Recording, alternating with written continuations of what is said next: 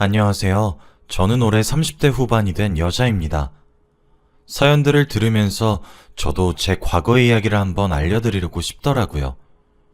제가 평범하게 살아온 인생이 아니라서 한번 저 같은 사람도 잘 살고 있으니 여러분은 더 행복하게 사시길 바라는 마음으로 이렇게 사연을 씁니다. 지금은 몸이 아파서 열심히 치료를 받고 있어요. 아마 지금의 남편이 없었다면 저는 이 세상에 없을지도 모릅니다. 남편에게 너무 고맙고 몸이 건강해진다면 이 빚을 다 갚고 싶어요. 저는 어렸을 적부터 남들과 다른 가정 환경에서 자라왔습니다. 아버지는 매일같이 돈돈거리셨고 어머니는 아버지가 달라는 돈을 구하기 위해 열심히 일을 하셨죠. 당시에 저는 초등학생이었지만 집안의 분위기가 좋지 않다는 것은 알았습니다. 어머니는 집안의 생활비도 벌어야 했고 아버지가 달라는 돈의 액수도 벌어야 했습니다. 그래서 밤낮 없이 일을 하셨고 저와 만나는 시간도 적었죠. 제가 또래에 비해 부모의 손길을 많이 못 받고 자라서 그런지 철도 일찍 든 편입니다. 현실적으로 세상을 바라보게 되더라고요. 친구들이 엄마 아빠 거리면서 앙탈을 피울 때 저는 혼자서 척척 해냈습니다. 도움을 주는 사람도 없었고 무엇보다 부탁할 사람도 없었거든요. 초등학교 저학년이었지만 학교에서 필요한 준비물이나 아침에 알람 소리를 듣고 스스로 일어나서 등교 준비를 하는 것, 그리고 아침밥을 먹는 것 등등 대부분의 초등학교들이 하지 못하는 것을 혼자 해왔어요. 부모님과 한 집에서 살긴 하지만 남보다 못한 사이로 지냈죠. 그래도 슬프진 않았습니다.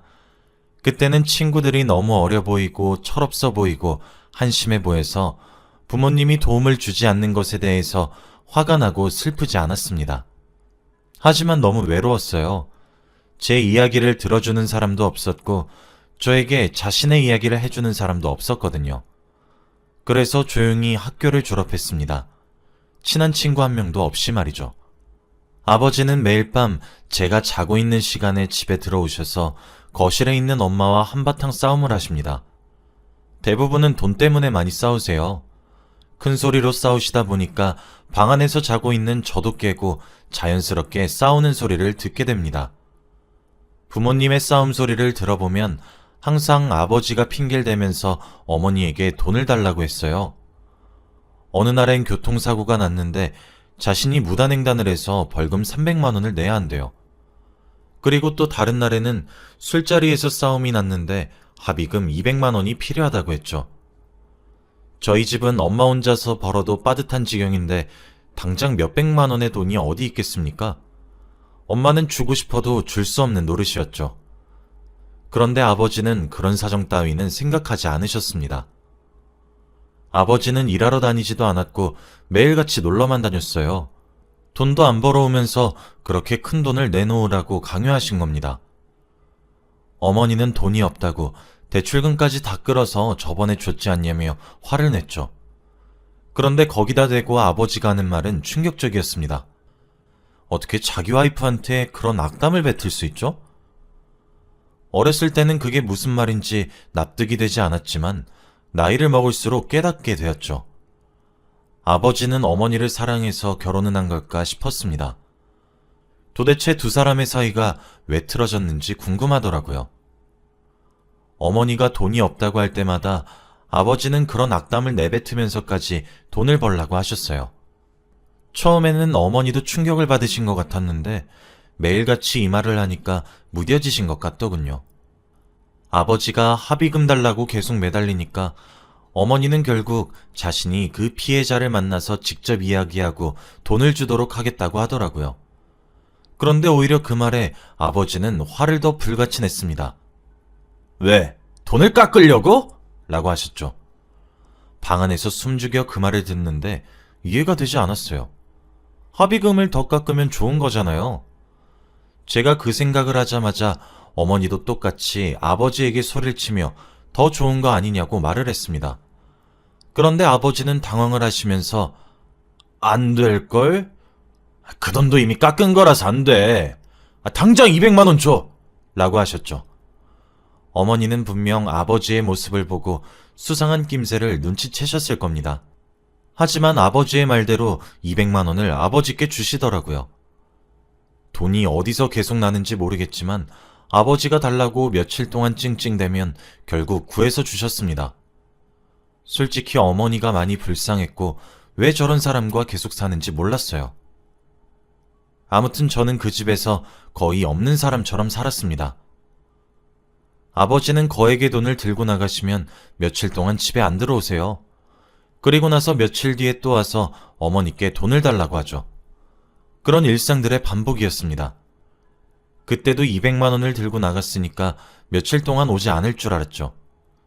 그런데 아버지는 1년 동안 저희 집 근처도 오지 않았습니다. 점점 아버지의 얼굴을 잊어갈 것만 같았어요. 저와 어머니가 한 집에서 단둘이 살다 보니 확실히 평온하긴 했습니다. 집안을 난장판으로 만드는 사람도 없었고 매일 밤마다 돈을 달라고 생떼를 부리는 사람도 없으니까요. 어머니의 얼굴도 한결 편안해 보였죠. 저와 어머니는 그렇게 친한 사이는 아니었지만 무언가 안정적이다는 느낌은 들었습니다. 아버지가 영영 집에 돌아오지 않았으면 좋겠다고 생각했죠. 그리고 여느 때와 다름없는 주말이었습니다. 어머니가 그날 늦게 출근을 한다고 해서 집에는 저와 어머니만 있었어요. 서로 대화는 주고받지 않았지만 괜찮았습니다. 그런데 그때 현관문 비밀번호를 누르고 누가 들어오더라고요. 저는 불길한 예감이 들었고 그때 현관문 앞으로 가니 1년 만에 아버지가 들어오고 계셨습니다. 저와 어머니는 당황한 기색이 역력했죠. 그런데 아버지는 그동안 고생을 많이 했는지 얼굴이 많이 상해 있었습니다. 현관문을 열고 들어온 아버지는 신발장 앞에 있는 어머니 앞에 갑자기 무릎을 털썩 굽히더라고요. 그러면서 내가 미안해. 내가 잘못했어. 한 번만. 제발 딱 한 번만. 마지막으로 용서해주라. 라고 하셨죠. 저는 처음 보는 아버지의 비굴함에 당황했고 어머니는 한숨을 푹 쉬셨습니다. 알고 보니 아버지가 1년 동안 집에 돌아오지 않았던 이유는 집을 나갈 때 집에 있는 돈을 다 가지고 도망갔다고 합니다. 그것도 2번이나 말이죠. 그때마다 어머니가 알아서 처리하셔서 제가 몰랐던 겁니다. 그리고 어머니가 아버지를 내쫓은 거예요. 아버지가 다시 집으로 돌아오실 때마다 어머니는 집 현관문 비밀번호를 바꾸거나 혹은 경찰에 신고를 하면서 아버지를 이곳에 다신 얼씬도 못하게 만드셨다고 해요. 그런데 아버지가 정말 마지막으로 용서해달라고 해서 어머니가 비밀번호를 알려준 거예요. 어머니가 마지막 기회라고 하시더라고요. 저는 드디어 아버지가 정신을 차리시고 올바른 사람이 될 수 있겠다고 생각했습니다. 다른 집 아빠들처럼 일도 하러 다니고 저와 많은 시간을 보낼 줄 알았죠. 그런데 그건 저와 어머니의 착각이었나 봅니다. 아버지는 처음엔 집에 잘 계시고 예전처럼 밖에 나다니지 않으셨어요. 그런데 그건 아주 잠깐이었습니다. 아버지는 다시 예전처럼 밖으로 나가서 며칠 동안 안 들어오기도 했고 어머니한테 다시 돈을 달라고 화를 냈죠. 그런데 화를 내는 게 예전과 달랐습니다. 이제는 폭력까지 하셨거든요.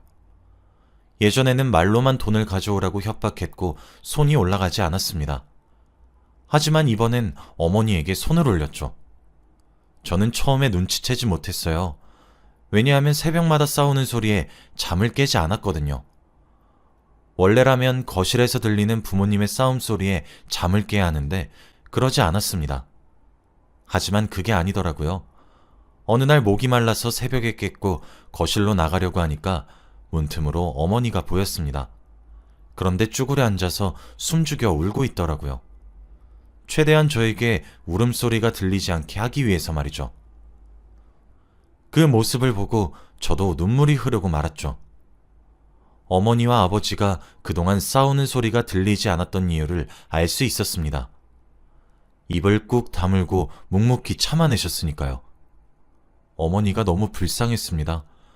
그때부터 저는 얼른 커서 어머니와 이 집에서 나가는 게 꿈이 되었어요.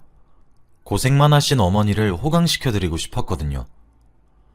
그 뒤로 몇 주가 흘렀는데 아버지는 그 뒤로 아주 대놓고 때렸습니다. 제가 보는 바로 앞에서 말이죠. 저는 하지 말라고 아버지를 말리기도 하고 때리기도 했어요. 그런데 아버지는 뭐야? 그럼 네가 애미 대신 맞을래? 라고 했고 어머니는 절대 애는 안 된다며 차라리 자기를 때리라고 말리셨죠. 어머니는 저보고 방에 들어가 있으라고 했습니다. 저는 눈물이 미친 듯이 났고 아버지가 정말 싫었어요. 그런데 어느 날은 크게 사단이 났어요. 매일 몽둥이나 손으로 때리다가 아버지가 화를 주체하지 못했는지 집안에 있는 유리 담배 재떨이를 던졌죠. 그런데 그게 잘못 맞아서 어머니가 정신을 잃고 쓰러졌습니다. 저는 펑펑 울면서 119에 신고를 했고 제발 살아달라고 기도했죠. 그런데 옆에서 아버지는 오히려 덤덤했습니다. 응급실에 아버지와 제가 도착해서 의사 선생님을 만났어요. 의사 선생님은 아버지에게 대체 뭘 하다가 이렇게 됐냐고 물었고 아버지는 계단에서 굴렀다라고 말을 했죠. 정말 소름 끼쳐서 미치는 줄 알았습니다. 표정 하나 안 변하고 저렇게 거짓말을 하는 사람을 눈앞에서 보니까 너무 무서웠죠. 그리고 어머니를 병간호하는 동안 하루 종일 병실에 붙어 있으면서 애처가인 척 하더라고요. 혹시나 어머니가 병원 사람들에게 아버지의 실체에 대해서 말할까봐 그런 것 같았습니다. 병원에서 아버지는 사랑꾼 남편으로 소문이 났고 다들 어머니 보고 결혼 잘했다고 칭찬을 하더라고요. 정말 대단한 사람이었습니다. 어머니의 상처는 다행히 깊지 않아서 금방 퇴원을 했고 어머니가 다쳤다고 해서 아버지가 바뀌진 않았죠. 이전처럼 다시 학대했습니다. 그럴 때마다 어머니는 자주 의식을 잃었는데 그럴 때마다 아버지는 매일 다른 병원으로 갔어요. 혹시나 의사가 왜 이렇게 자주 오냐고 물을까봐 그러신 것 같았죠. 어머니가 너무 불쌍했고 제가 어머니 대신에 저런 악마한테 복수하고 싶더라고요. 얼른 커서 경찰에 신고를 해서 감옥에 보내고 싶었습니다. 그리고 제가 저 사람의 딸인 것이 제일 역겨웠죠. 저는 그동안 성인이 되었고 이제 어엿한 회사원이 되었어요. 돈도 벌고 나름의 사회생활을 하고 있었죠. 아버지는 다시 집을 나가서 돌아오지 않으셨습니다. 이번에는 1년보다 더 길었어요. 오히려 평생 돌아오지 않았으면 좋겠다고 생각했습니다. 어머니는 사고 후유증이 너무 커서 집에서 쉬고 계셨죠. 제가 생활비를 버는 입장으로 바뀌었습니다. 사회생활에 적응도 하고 집에는 아버지가 없으니 그래도 살만했어요. 무엇보다 그때의 저는 남자친구가 있어서 의지할 사람도 있었죠. 점차 제가 20대 후반이 되었고 점점 주위에서 하나둘씩 결혼을 하기 시작하더라고요. 아버지는 제가 20대 초반 때 나가셔서 30대가 다 될 때까지 돌아오지 않으셨기 때문에 아예 기억에서 잊었죠. 남자친구와 결혼을 하기로 약속했지만 결혼하기 전에 걸리는 게 딱 하나 있었어요. 남자친구가 해외 회사에서 일을 하다 보니 결혼을 하면 저도 해외로 가서 살기로 했습니다. 시댁과 저희 집이 경제적으로 많이 차이가 나다 보니 제가 따르는 편이에요. 그런데 해외로 가버리면 한국에 혼자 남아있을 어머니가 너무 걱정되었습니다. 아버지라는 사람은 언제 다시 돌아와서 해코지할지도 모르는데 말이죠. 제가 이 고민을 남자친구한테 말을 하니까 정말 고맙게도 어머니를 데리고 가자고 하더라고요. 어차피 살게 될 집도 넓으니까 방 하나쯤은 괜찮다고 하면서 말이죠. 시부모님도 깨어있으신 분들이라 그런지 괜찮다고 했습니다. 그래서 저는 너무 고맙다고 했고 어머니의 여권을 다시 준비했죠. 여권을 준비하는데 절차가 너무 복잡했어요. 많은 서류가 필요하더라고요. 제가 서류를 정리하다가 알게 된 사실이 있습니다. 정말 충격적인 내용이에요. 바로 제가 아버지 호적으로 되어 있더라고요. 어머니와 아버지는 혼인신고도 되어 있지 않았죠. 어머니는 법적으로 미혼녀였습니다. 정말 충격적이었어요. 제가 그 악마 같은 사람의 호적에 있다뇨. 무엇보다 두 사람이 결혼한 사이가 아니라니. 그 문서를 보고 정신을 차릴 수 없었습니다. 제가 다리에 힘이 풀리고 금방이라도 쓰러질 것 같은 행동을 보이자 남자친구가 물어보더라고요. 무슨 일이냐고 하길래 말해주었습니다. 저희 과거에 대해서 말이죠. 결혼할 사람은 제 과거에 대해 알아야 한다고 생각했습니다. 그리고 방금 발견한 서류를 통해서 얻은 충격도 말했죠. 남자친구는 주위 시선 신경을 안 쓰는 편이어서 그런지 저한테 이런 걸로 충격받지 말라고 했고 우리 둘만 잘 살면 된다고 말을 하더라고요. 이런 과거가 있다고 해서 제가 그 사람의 아내가 안 될 건 아니라고 하면서 말이죠. 남자친구는 저한테 큰 위로가 되어줬고 많은 생각을 하게 해주었답니다. 생각해볼수록 남자친구의 말이 맞는 말이었어요. 이미 저는 저를 아껴주는 사람이 있고 부모님이 중요하지 않았죠. 저는 그날부터 어머니와 적당한 거리를 두면서 살았습니다. 왠지 모르게 예전부터 한 집에 있어도 대화 한마디 오가지 않았던 것이 과연 이 이유 때문일까 싶더라고요. 어머니가 거짓말을 한 건 아니지만 이 사실을 숨겼다는 게 너무 속상했습니다. 평생 어머니를 호강시켜줘야겠다는 꿈 하나 가지고 버티면서 살아왔는데 막상 제가 법적으로 어머니의 자식이 아니라고 하니까 너무 싱숭생숭했죠. 도대체 왜 그렇게 됐는지 궁금하긴 했지만 그래도 물어보지 않았습니다. 어떤 대답이 나올지 너무 두려웠거든요. 그래도 키워준 정이 있고 아버지에게 많이 시달리셔서 고생 많이 하셨으니 제가 효도를 하는 게 맞다고 생각했어요. 어머니와 정말로 외국으로 갈 준비를 다 끝마쳤습니다. 이제 며칠 뒤면 정말로 외국으로 갈 일만 남았죠. 어머니는 아무런 반응이 없으셨고 저에게 고맙다는 말 한마디도 안 하셨어요. 그래도 아무렇지 않았습니다. 그런데 미국으로 가기 전에 제 몸이 조금 이상하더군요. 무기력하고 소화도 잘 안 되고 배가 불러왔거든요. 그래서 아무도 모르게 조용히 병원에 가서 진단을 받았습니다. 단순한 소화불량인 줄 알았어요. 그래서 소화제를 처방해 줄 줄 알았는데 의사 선생님의 표정이 좋지 않더라고요. 그러면서 저에게 왜 이제야 왔냐고 하시는 겁니다. 저는 소화가 잘 안 될 때마다 소화제를 먹었어요. 그런데도 잘 낫지 않아서 고민 끝에 병원에 온 겁니다. 그런데 되게 심각한 것 같더라고요. 제 진단명은 바로 난소암이었어요. 30대여서 아직 젊은 나이였고 주위에 암 환자가 없어서 믿기지 않았습니다. 곧 결혼식을 올리고 행복한 신부가 되어야 하는데 어떻게 이런 일이 생길 수 있나요? 하늘이 무너지는 것 같았고 아무 생각이 들지 않았습니다. 그리고 1시간 정도 오랜 고민 끝에 남자친구에게 전화를 걸었어요. 결혼 못할 것 같다고 했습니다. 제가 암인 사실은 싹 다 숨기고 그저 결혼이 하기 싫다고 했어요. 정말 말을 하면서 눈물이 앞을 가렸지만 어쩔 수 없었습니다. 그 사람한테 병간호를 시킬 순 없었거든요. 저보다 더 좋은 사람을 만나길 원했습니다. 당연히 남자친구는 놀랐고 만나자고 했지만 저는 절대 보지 말자고 했어요.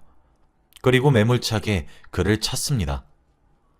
전화를 끊자마자 저는 펑펑 울었네요. 그리고 다음으로 생각나는 사람이 바로 어머니였습니다. 그래도 자식이 암에 걸렸다는데 같이 슬퍼해 줄 줄 알았죠. 어머니에게 솔직하게 다 말했습니다. 난소암에 걸렸다고 말이죠. 그런데 어머니가 하신 첫 마디가 뭔지 아시나요? 암이면 치료할 때 돈 많이 들지 않아? 라고 하셨습니다. 너 김서방이랑도 갈라섰다며. 암 때문에 그러면 치료비 네가 내야 돼. 난 너 치료할 돈 없으니 네가 모아둔 돈으로 하든지 네 아빠 찾아가서 달라든지 해. 정말 충격적이었어요. 제가 정말 어머니의 친자식이 맞긴 한 걸까요? 남보다도 못한 대답을 듣고는 얼이 빠졌습니다. 망치로 머리를 한 대 맞은 기분이었고 어머니에게 남은 돈까지 다 떨어졌어요. 어머니와 함께 행복하게 살려고 했던 제 꿈은 사라졌죠. 몇 년 전 집을 나가신 아버지는 찾아보고 싶지도 않았고 만나고 싶지도 않았습니다. 정말 저는 혼자가 된 것 같더라고요. 가족도 잃고 남자친구도 잃었잖아요. 그래서 혼자서라도 씩씩하게 항암 치료를 하려고 했습니다. 제가 잘 사는 모습을 어머니에게 보여주고 싶었거든요. 저를 돌봐주고 말동무해주는 사람이 없는 것은 속상했지만 제가 항암 치료를 받고 고통스러워하는 모습을 보는 사람이 없다는 건 좋았습니다. 행복하진 않았지만 버틸만 했어요. 헤어진 남자친구가 너무 보고 싶고 그리웠지만 다시 연락을 한다는 건 양심에도 없는 짓이라고 생각했습니다. 그렇게 혼자서 꾸역꾸역 항암 치료를 받고 있었죠. 그런데 어느 날 낯익은 한 사람이 저를 찾아왔습니다. 아무도 저를 찾아올 사람이 없는데 간호사님께서 남성 한 분이 면회를 하러 왔다고 하더라고요. 회사 직원인가 싶어서 불러달라고 했고, 저는 그 사람의 얼굴을 보고 아무 말도 하지 못했습니다. 바로 전 남자친구였거든요. 지금이라면 외국에 있어야 할 사람이 왜 여기 있는지 믿기지 않았습니다. 저는 헤어질 당시와 다르게 머리카락도 다 밀어서 한 털도 없었고, 살도 쫙 빠져서 말라있는 상태였어요. 그런데 저의 그 모습을 보고 그 남자는 저에게 달려와서 폭 안겼고 펑펑 울었습니다. 그러면서 미안하다는 말만 연신 반복했어요. 몰라서 미안하다고 했죠. 저도 울어버렸습니다. 가족도 저를 버린 마당에 제가 뭐라고 그 남자는 저를 찾아와 준 걸까요? 너무 감동받았고 제가 매몰차게 그 사람에게 말을 했던 과거가 후회가 되었죠. 그날 이후로부터 남자친구는 제 항암 치료를 열심히 도와주었습니다. 그리고 혼인신고도 해서 드디어 남편이 되었죠. 항암 치료를 마치면 결혼식을 올리기로 정했습니다. 지금은 예전보다 많이 나아졌어요. 옆에서 도와주는 남편이 있어서 많이 행복합니다. 머리카락도 제법 자라고 있고 살도 조금 쪘어요. 옆에서 저의 이런 모습도 예쁘다, 귀엽다 해주는 남편이 있어서 정말 행복한 것 같습니다. 가끔씩은 이런 사람이 저에게 오기 위해서 제 주위에는 저를 버리는 사람들밖에 없었나 싶어요. 저에게 너무 과분한 남편이고 정말 고맙다는 말밖에 할 말이 없네요. 어머니와 아버지는 저에게 연락 한 통 없으시고 저도 하지 않습니다. 그리고 호적에서도 지웠어요. 아예 남남 사이입니다. 다행히 시부모님도 저를 많이 아껴주세요. 얼마나 다행인지 모릅니다. 지금 제 꿈은 얼른 치료를 마무리하고 남편과 결혼식을 올려 행복하게 사는 거예요. 제 이야기는 여기까지입니다. 가족이라고 다 믿고 의지하지 마세요. 들어주셔서 감사합니다.